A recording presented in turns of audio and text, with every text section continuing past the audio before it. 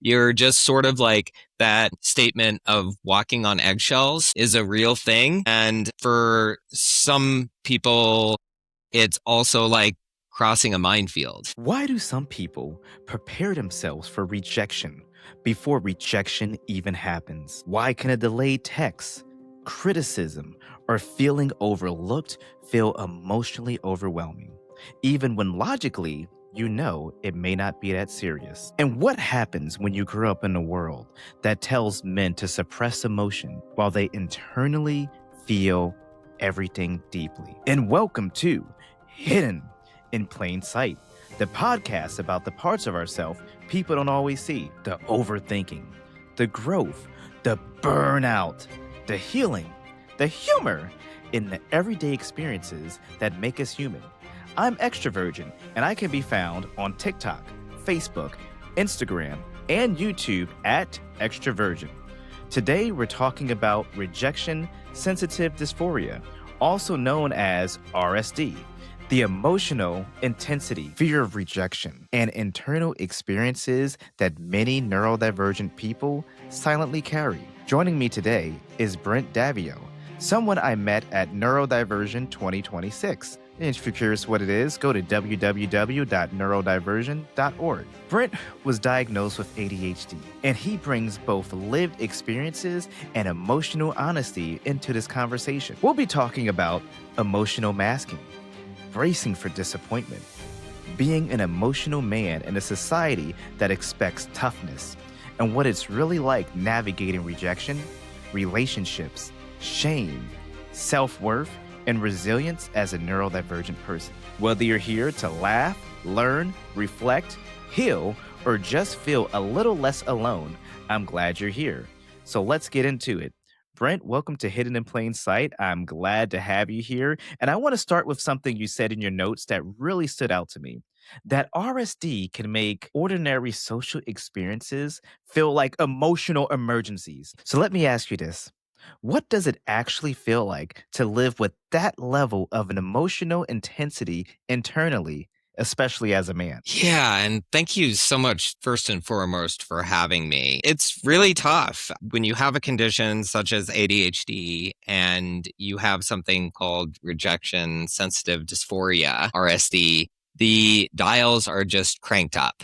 So you experience basically everything that everybody else experiences, like increased anxiety, or say you have a crush on somebody, the dials get cranked up to another level. Maybe it's something like your studies when you're trying to be educated, those get cranked up a notch. You're just sort of like that statement of walking on eggshells is a real thing. And for some people, it's also like crossing a minefield. And so as a male, in particular to your earlier question, we're sort of like society has built this structure of where males are supposed to be like macho males and kind of work. Yeah, exactly.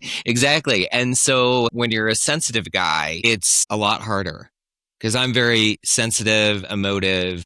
I didn't realize this until my later stages of aging, like through college, basically, about how sensitive I actually was as a human being. But you know what? The beauty of this is, I'm going to switch it to the positive because I want to put positive spins on these sort of things, is a lot of women actually appreciate that. Tell me more about that. Why is that? So I don't like the butterflies. I don't like the games. You see a lot of reality TV nowadays where it's all about the games and playing the game. It's really comforting, nurturing, a stable environment to be around. And women tend to have that more nurturing quality. I'm not labeling all women, to be clear here, but it's like, this is my favorite part about my wife. I'm happily married for almost 10 years now, very successful. Congrats. And there are parts about me where I think about in my mind, how did this even happen? You know what I mean? How is this even a reality? because I don't really believe it. And that's a part of RSD that comes back where you don't sometimes compute that you actually deserve this situation, but it's because you are so emotionally invested in other people and your environment, if that makes sense. Yes. And before we really start diving into it, it's important to understand what RSD actually feels like from the inside. So, Brent, how would you explain RSD in human terms, not clinical terms? Terrible. It's awful. So, for anybody who's listening, you're not alone. And that's the biggest thing that I'm going to keep saying throughout this whole podcast is you're not alone in the feeling that it feels just raw and you feel naked and just sometimes paralyzed and you just want to curl up in a ball and like cry in a corner. But it's like, yeah, it's something that you do have to work through though. There are a lot of more helpful resources out there that you can go to. Like I'm going through therapy, for example, and that's really helpful. And it's not just medication driven. There's a lot of different resources that you can go through that work for different people. It could be a certain type of exercises, getting out there, networking with people. I'm an extrovert, so I like to go out and do social events, but there are a lot of things that for maybe somebody who is more introverted, there's a lot of other activities that are available to you, like you can get involved in hobbies. I would encourage everybody to just try to stay active with this kind of condition because again, it can be very paralyzing. For once in my life, it's only happened once, but I was so depressed that I could literally not leave my bed. It was so bad. You could tell me it's okay, you can leave your bed, but I couldn't physically do that. Why do you feel it felt so hard for you to leave your bed? I think I went so far into, so you know how we had the lanyards at ND So for those who don't know, 2026? we're talking about the lanyards. So when we were at this Yeah. conference, a green lanyard means I'm open for conversation. Come talk to me. A yellow lanyard means more like let me approach you first. And a red lanyard means don't talk to me at all. I was totally in the red and probably below the red at that point. I was taxed. I was completely taxed. I listened to another podcast where talking about being in the orange area and really recognizing where you're at mentally so that you can start to pivot and do activities, things that will get you out, get you distracted, get your mind off of it. I don't care if it's jogging around the block, just get it out so that you don't hit that permanent dead area. I've noticed over the course of my life, like right now, I'm kind of on the fringe. I'm trying to find ways to get me out bowling, get me out to the driving range, anything simple. I said, jog around the block. You got to get yourself active. The worst thing you can do when you're in RSD is to sit around and do nothing.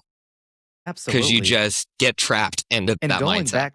Going back to RSD, when I was asking the question of how you explain it in human terms and not clinical terms, RSD can look different in so many different people in so many different situations. I know in my own experiences, if there was a situation where I felt like I was rejected or it was perceived that I was going to be rejected or have been rejected, then I relive that moment to where all those intense emotions come back as if it's happening right then and there. And small moments can feel huge, and ordinary social experiences can feel like emotional emergencies. The emotions are just like so intense. And the interesting thing about it is the name of this episode is Bracing for Disappointment. So once someone experiences repeated emotional hurt or misunderstanding, it can create a constant sense of waiting for the next rejection to happen. And in your experience, Brent, why do you feel so many neurodivergent people brace themselves for disappointment? So I think it's exactly what you said. It's a buildup over time. So I know we're not going too deep into clinical terms, but I did look up something like CPTSD, which is like complex PTSD. And it's a real thing. It's where you've gone through a series of events, which a lot of people with, say, ADHD, I'm going to speak on my behalf. You're told all the time, constantly, more than everybody else, that you're not good enough, you're inattentive, you're lazy, maybe are you stupid? and you get these terms over and over again, and it builds that CPTSD in you. So now when you go in your adult life, it's a lot harder because you're always hypervigilant. You're always going, what's going to harm me in any given situation? I definitely understand that too. And even when stuff isn't harming you, your antennas are still up. Yeah, Like for me, the all the biggest time. thing for me is when I feel ignored. That is very hard for me to manage. For certain Yeah, people, yeah, their triggers can be something like a delayed text message. The person could have been yep, busy at yep. work, they could have been asleep, or they just forgot to respond. And then that right there, that person can feel rejected because it was delayed. Or what if the response was too short? If they just said, okay, oh my God, are they mad at me? What's happening right here? Constructive Yep. criticism, those are all different things that can be triggers for different people. Absolutely. It's so nice that I'm fortunate enough to be married, happily married for almost 10 years. So when you live with a partner, they see it all. So my wife says occasionally, what's bothering you about this? And you know what's interesting about that is then I go into my mind and I go, what is bothering me? What is triggering Mm. me about this certain event? What is getting me so riled up? And it makes me kind of dig deeper into some of my prior damage that I have. And I do carry battle scars. I do. Battle scars in general, or is it past rejections that kind of shape their way into your relationship? So it's like that mindset that I was talking about before, where it's just sort of like you get criticized in a certain way and you sort of label yourself in a certain way. And, I'm not good enough. I'm stupid. I'm not going to work well in this world. And then these triggers flare up on certain conversations. I don't know how else to explain it, but they're like impulsive when And it you don't happens. always know when they're going to pop up either. Sometimes it catches you I by got to take a surprise. breather. I got to get out of the room. I got to take a step away. There are times where I have to because I am so emotionally sensitive and emotive. You can see I'm emotive. There are times where I'm physically sick. I need to take a step away. Yeah, it affects me that bad. And some people would be like, man up. But for many men, especially Yeah. neurodivergent men, emotional intensity doesn't just feel overwhelming. It often feels unacceptable, especially the Hmm. way that some of us were raised or the perception that society has of what a man is supposed to be, how a man is supposed to act, how is a man supposed to present every single day, living up to those stereotypes. And not everybody is like that. So for you, what is it like being an emotional man in a society that expects men to suppress emotions? Ooh, I mean, it's tough. It's tough to watch other males. I grew up, I would say 90-10 ratio female to male Hmm. friendships. So let me give you a storyline. In preschool, okay, no puberty, nothing like that, no hormones at all. Valerie, my first girlfriend from in elementary school, grades 1 through 3. I had a girlfriend. He's putting up Um, air quotes for those who can't see. yeah. So she ditched me because her family moved to Maryland. And that's where I experienced my first real abandonment. I'm going to try not to tear up here on this podcast. I'm not But I forcing you mean, to it suppress your emotions. it really hit me. That's where I really hit a wall. So I've had this really complex relationship with women, but actually in a non-sexual nature too. I've naturally gravitated toward women for those same principles that I talked about before, where it's just like, the comforting, nurturing, the natural pieces that I just want to be loved. I want a comforting place to be, a stable place to be. That all got disrupted with my limerence experience. I've learned so much with my current wife. I fell into this relationship because I really felt a comforting experience with her. It's obviously different with a lot of men. When I look around the world, I know I'm not alone, but it seems like there's a lot of macho type men out there that are trying to do things that I don't really get Come on, man, hit the myself. gym, So, I mean, hit the weights. it's tough. Let's go. Hit the weights, show off, do all that stuff. And don't get me wrong, I'm highly competitive. I get this from my father, and my brother has it as well. But we are two emotionally deep people when you look at the core value of it. We're in a bowling league together, for example, and we're like, I want to cut your face off and I want to win everything. I want to go hardcore. But at the end of the day, we're very raw human beings. So you can go to, and that's I okay. want to cut your face off, to, oh my God, I'm crying because I'm watching this movie. Exactly. It's kind of an extreme, for sure. We're highly competitive. We want to win. Last night at bowling league, we swept the other team. We're like, yes, let's go. Punch you in the mouth. Other team, let's go. And then at the same time, we're like crying because we've got other real life issues. And I'm going to be 100% transparent about something. I want to be completely clear about this.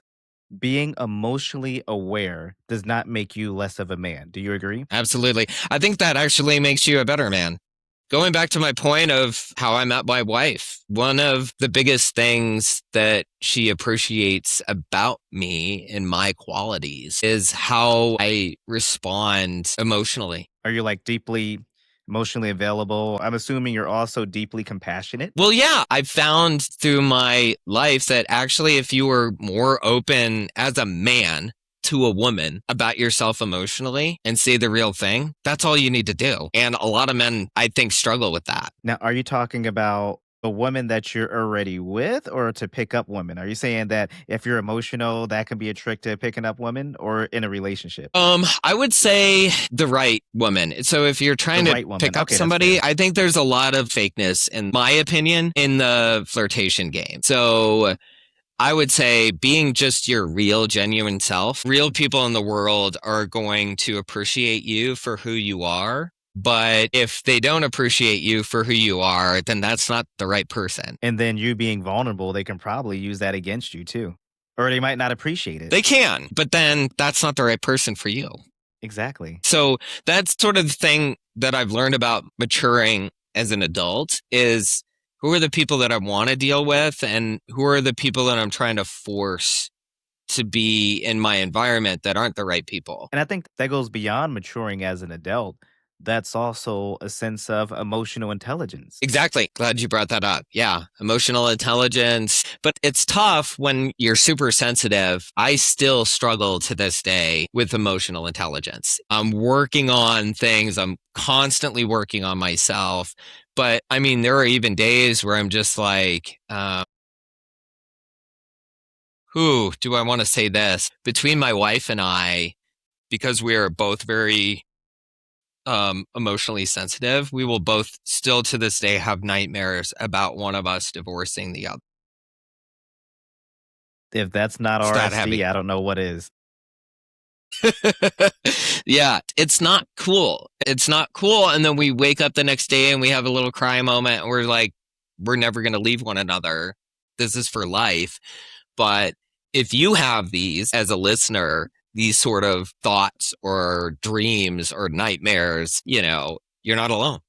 It's a real thing that happens. So thinking about that, I see that, okay, you're having these nightmares because you might feel that you're going to be rejected. But also at the same time, it seems kind of cute from the aspect of it's just like, oh, you don't want me to leave you. And it could come from a sense of love too. Because I love this person so much, I don't want to lose them. Right. And we both feel that way. Definitely, she's my boo for life. But we still share those conversations, though. I mean, it's a legit fear when you're that emotionally alive. And that's the biggest thing. Actually, I want to say that. Emotionally alive. I look at a lot of people walking around everywhere. I'm a very good observer of different people in places. Take an airport, for example, where people are just doing the rigmarole, doing their normal thing, just walking around on their phone, disconnected, right? With my wife, it's just like, we're alive. It's okay to bleed. It's okay to laugh. It's okay to have a really good conversation like I'm having with you right now.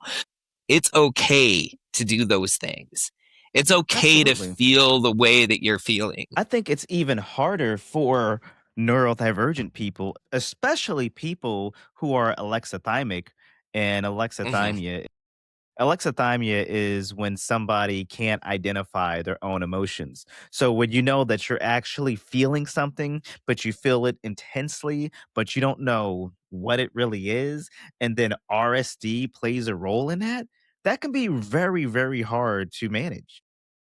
100% true. What I talked about on cranking those dials up, that's exactly what it is. Exactly what you're talking about. It's crazy with neurodivergence because we experience the same things that everybody else experiences in life. Usually with So, a lot intensity, like, yeah, the much more intensity. It's neurotypicals a are basically whole like, another yeah, magnitude. yeah, we all deal with this. We all deal with these And the emotions. We frequency all is deal with much these greater problems. too. Exactly, the frequency. So, yeah, I mean, just crank all those dials up. It's a stereo, basically. Know what a stereo is. I'm too young for that. What? Stereo A or a radio. stereo? Like, yeah, radio. So, radio volume is on low for neurotypicals. You And still then listen to the radio? No, I'm just ADHDers, kidding. boom, crank it up. Volume Yeah, I had a all the way stereo. up I had to a the max. stereo. I'm just slightly old enough to know what that is. And even talking about the masculine aspect of it, you don't have to Yeah. be 250 pounds, full of muscles, and benching 600 pounds to be protective. I'm pretty sure that you are protective just as you are.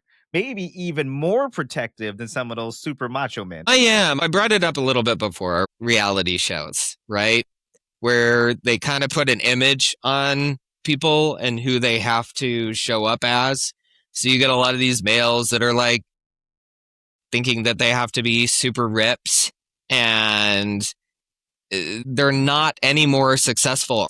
I would just like to advise everybody to just like find comfort in your own self and you have positive worth regardless of your physical condition. Maybe you feeling secure because you're overweight, right? Like I'm a pencil. So, but I'm comfortable in my own skin and I'm comfortable making jokes about it and that sort of thing. But I know there are a lot of people out there that are very insecure in their own bodies.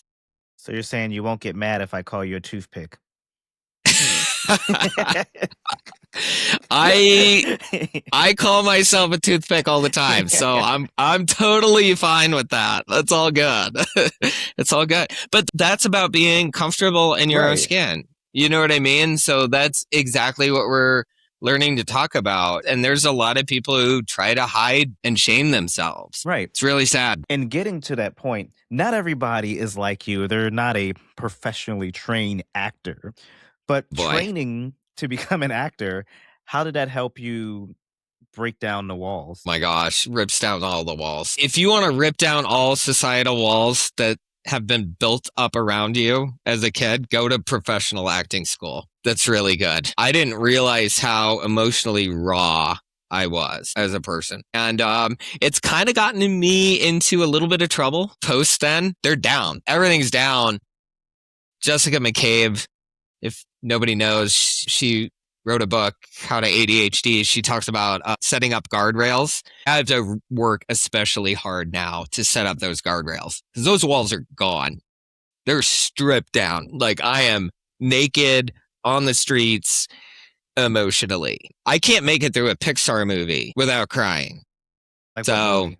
oh, Any of jeez, them? man. When I watched Up, oh my gosh. Actually, our wedding song was Lava You, the volcano one. Mm-hmm. We cry. We just hug and cry through the whole thing. Like it's just beautiful. So I'm a sap. I'm not kidding you when I say I'm a sap. I am a sap for What everything. is that? Oh, just like I will cry to any emotional, beautiful moment. What about 2 o'clock in the morning? In the eyes with the animals that are on the screen and they're sad puppies. Yeah. Oh yeah. Yeah, cute little moments. But so it's not just crying. Like to your point, we love animals. I have 2 cats right now. They're adorable. And I just get a kick out of them. I have a 1.5-year-old nephew and I just get a kick out of him. I get so much enjoyment out of that.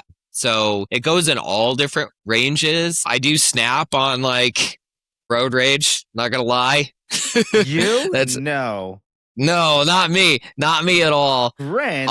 Not me, but I I mean, stay that is intense responsible. Like emotion. I've never been, yeah, I've never been abusive or anything like that. So you kind of got to keep things in check. That's where I draw the line. You're going to get the real me out of any situation.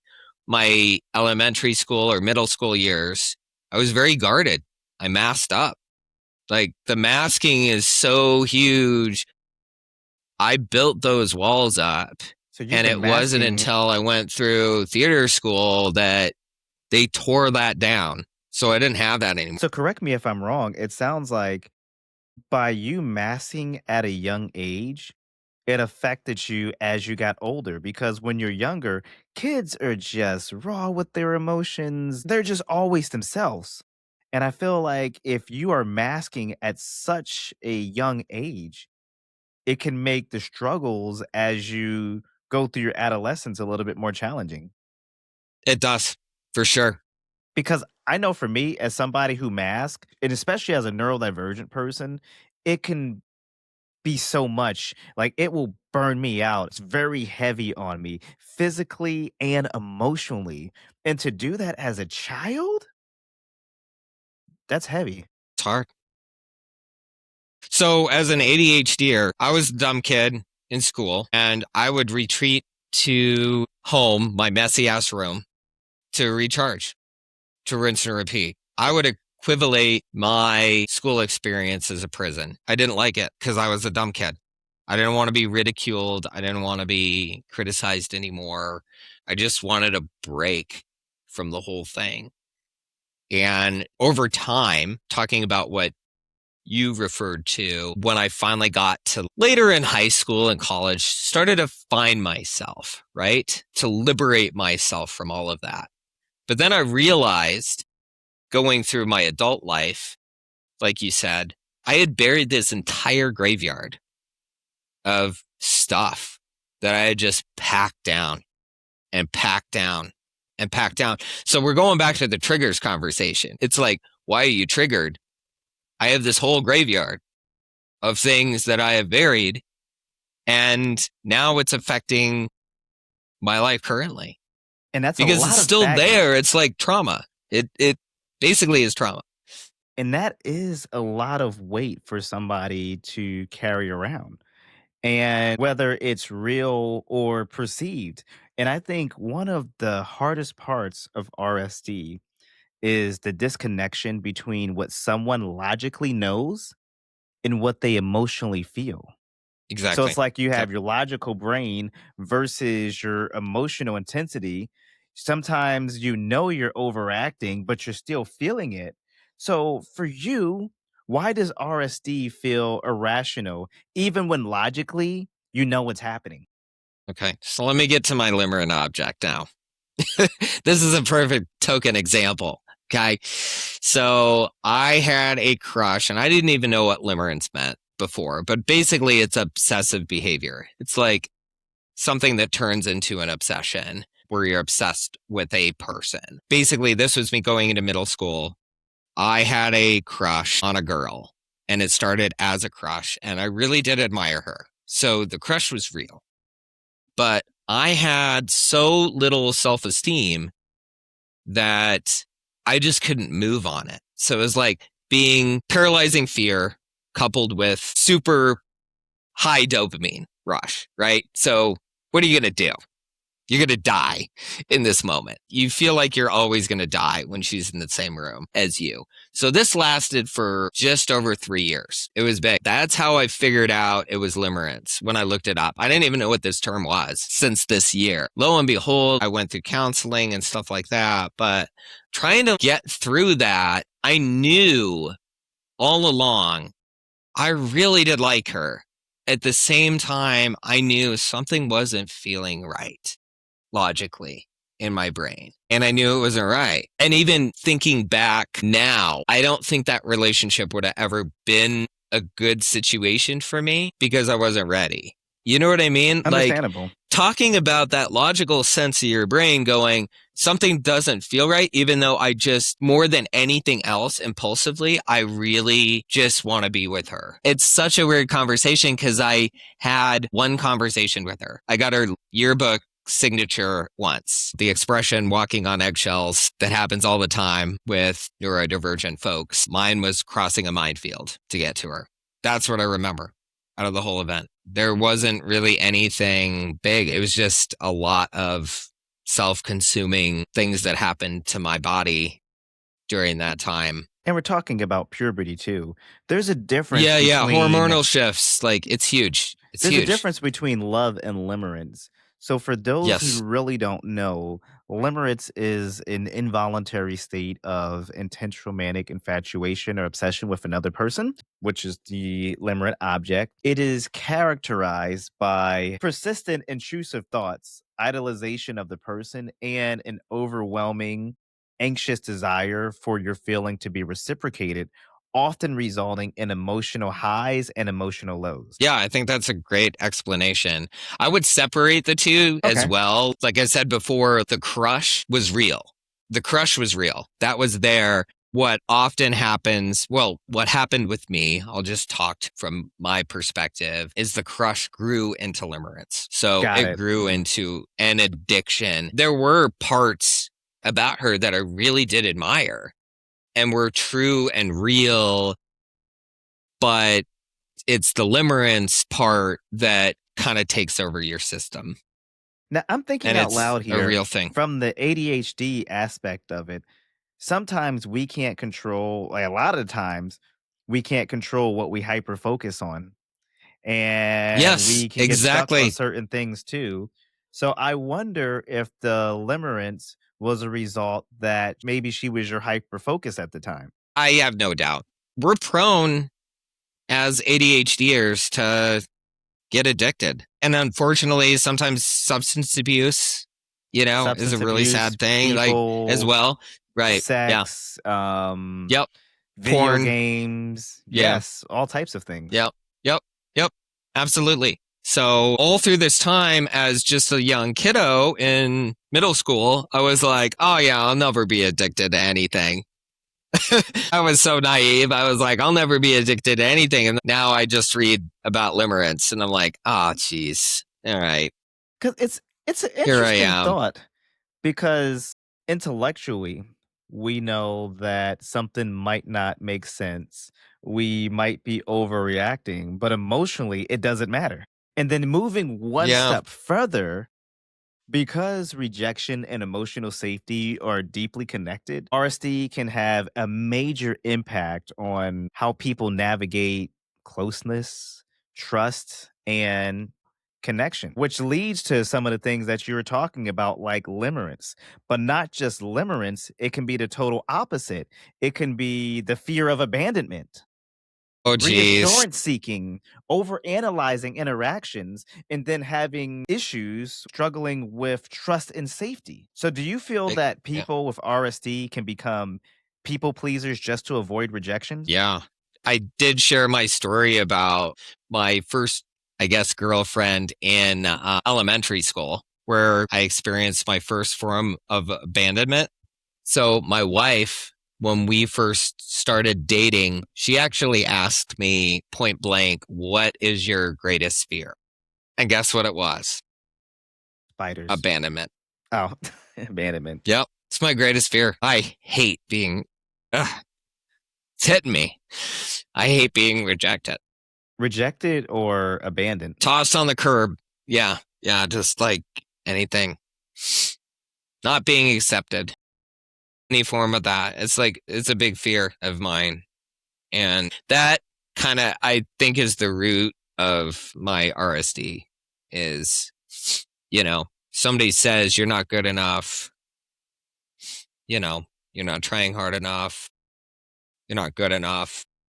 Yeah, it's a tough pill to swallow. And that, again, kind of fuels that feed system of paranoia when you're out in public.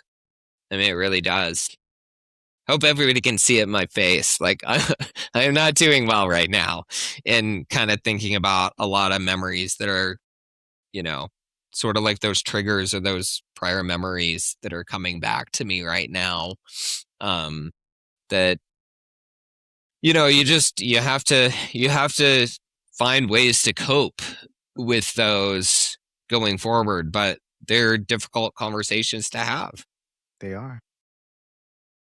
For some people, that feeling of being rejected, some people use that as fuel.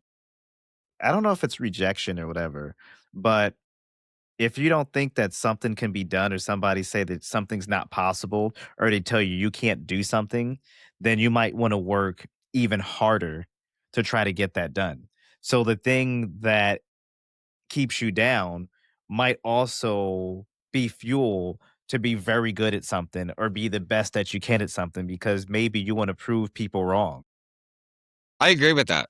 I mean, I think that's the battle back mentality. And it's sort of like where, this with ADHD, right? Where it's like there's clear statistics of how people with ADHD have to work twice as hard, Yeah. in order to push through the challenges that they have. So I definitely understand that mindset with it. I think the harder piece, though, is emotionally, right? When you get beat down so much, you only have so much gas in the tank to spend on other people and keep going. I've been in positions where I've been with my psych, for example, and I'm just like, I just can't do it anymore.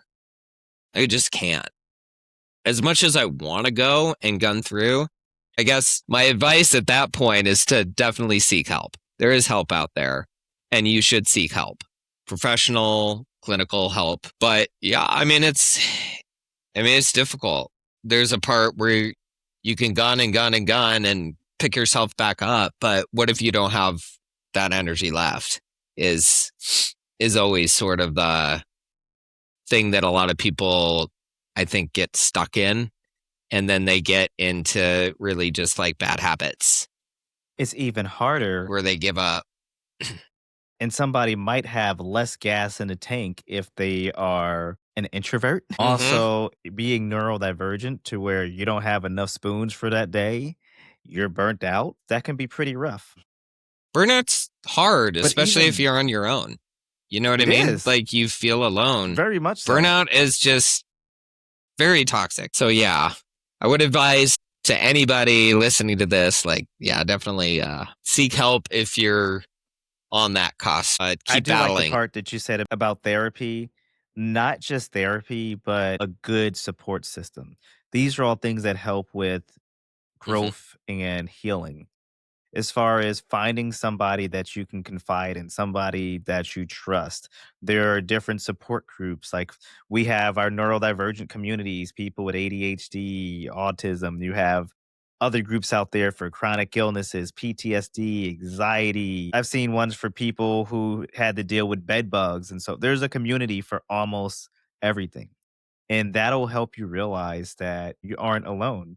And even though RSD can feel consuming, healing is possible, not by becoming Hmm. emotionally numb, but by learning how to work with emotional sensitivity instead of against it. And just learning that your true self is actually really awesome. I got to say, I mentioned how emotive I was. Here I am, super smiling, happy to Right. And be let's here, be clear, very animated. the goal isn't becoming less sensitive, Right, right, right. it's learning how to regulate the intensity and trust yourself. People who don't respect you for the real you aren't worth it. They're just not. Move on. There's a lot of other people out there that will respect you for the great person that you are. I had a comment Like, for that, and it's it's not nice, so I'm going to keep that to myself. not appropriate for this podcast. It's Okay, not it's let's not go. very in line with it's not very in line with You extrovergent. need to DM me that though. I want to hear it. Of course I'm gonna tell you. I'm not gonna DM you. I was gonna say take a long walk off of a short bridge. Oops, did I say that? Exactly. Exactly. Exactly.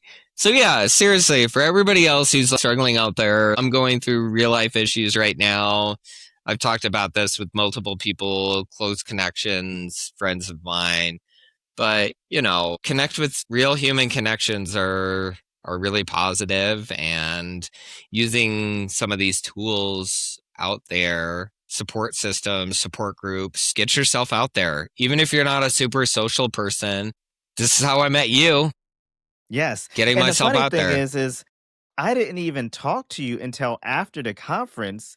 And I have plenty of pictures and videos where you're standing next to me.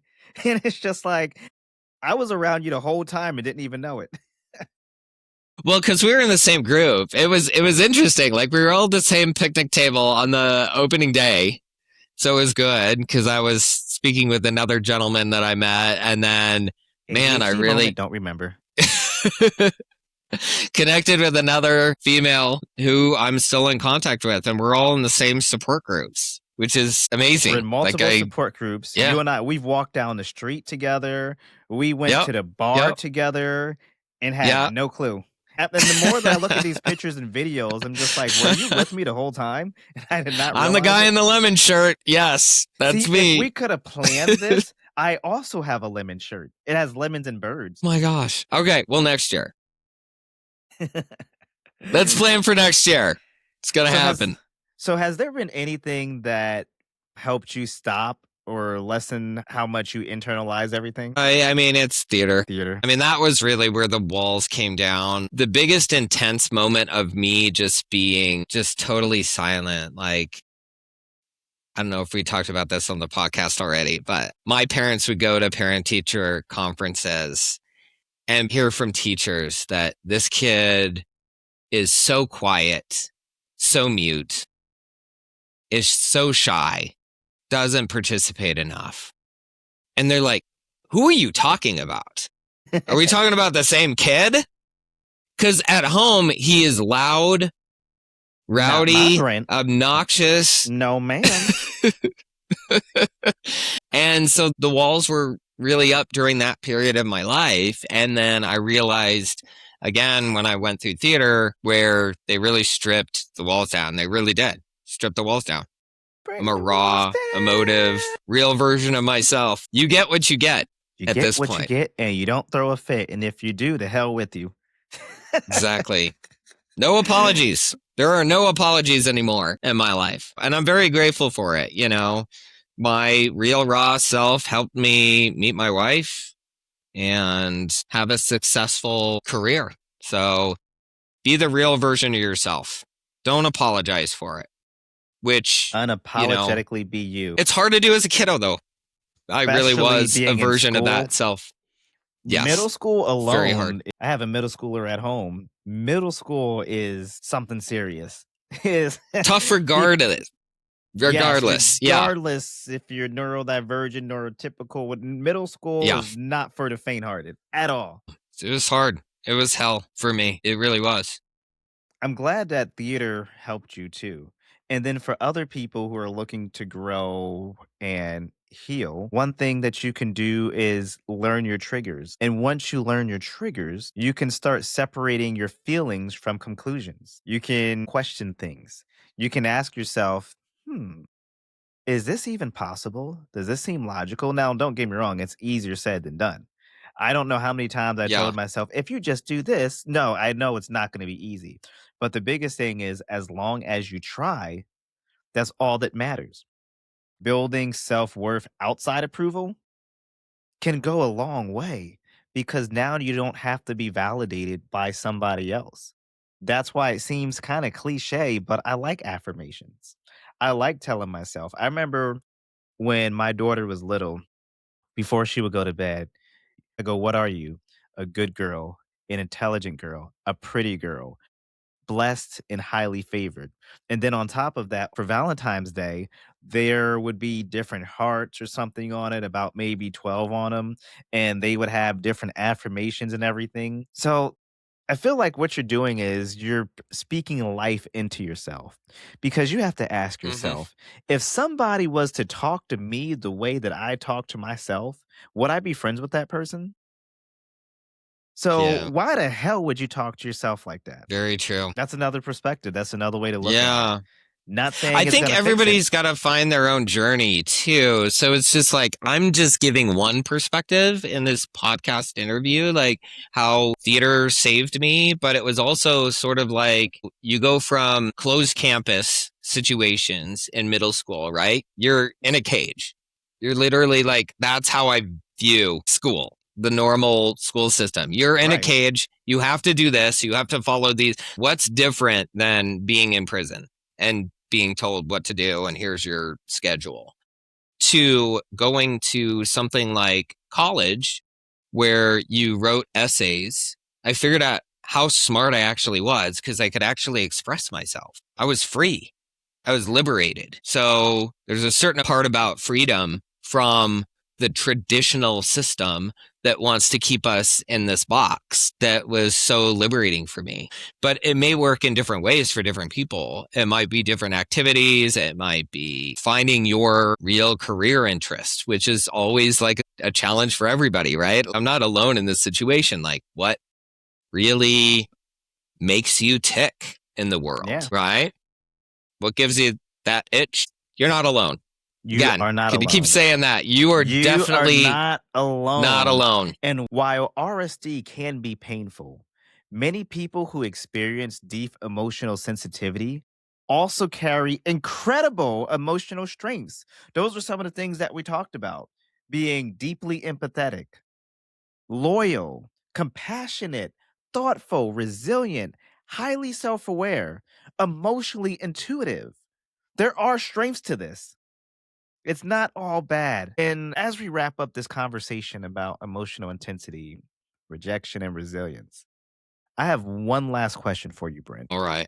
What would you say to someone listening who feels emotionally too much for the world around them? Goodness. Again, you're not alone. And all of the positive qualities that you just mentioned, I just want to echo. Because if you have those qualities, if you're that emotionally available, you are some of the most positive, influential people in this world. And when you find the right people or you connect with the right people, you're going to soar in this world. And that's all I have. Just keep going. Don't change yourself. You're a beautiful person. And that was a beautiful thing to say. There are positives to it. You are worthy. You are more than RSD. And no matter what challenges, setbacks, burnout, rejection, or emotional battles you're facing, your story is still unfolding. Healing isn't linear. Growth, it's not perfect. And being emotionally sensitive, it doesn't make you weak. And if today's conversation made you feel understood or a little less alone, I hope you carry that with you after the episode ends. Thank you for being here. Thank you for listening. Be kind to yourself, give yourself grace, and remember to love yourself for just the way that you are. Have a good day, friend.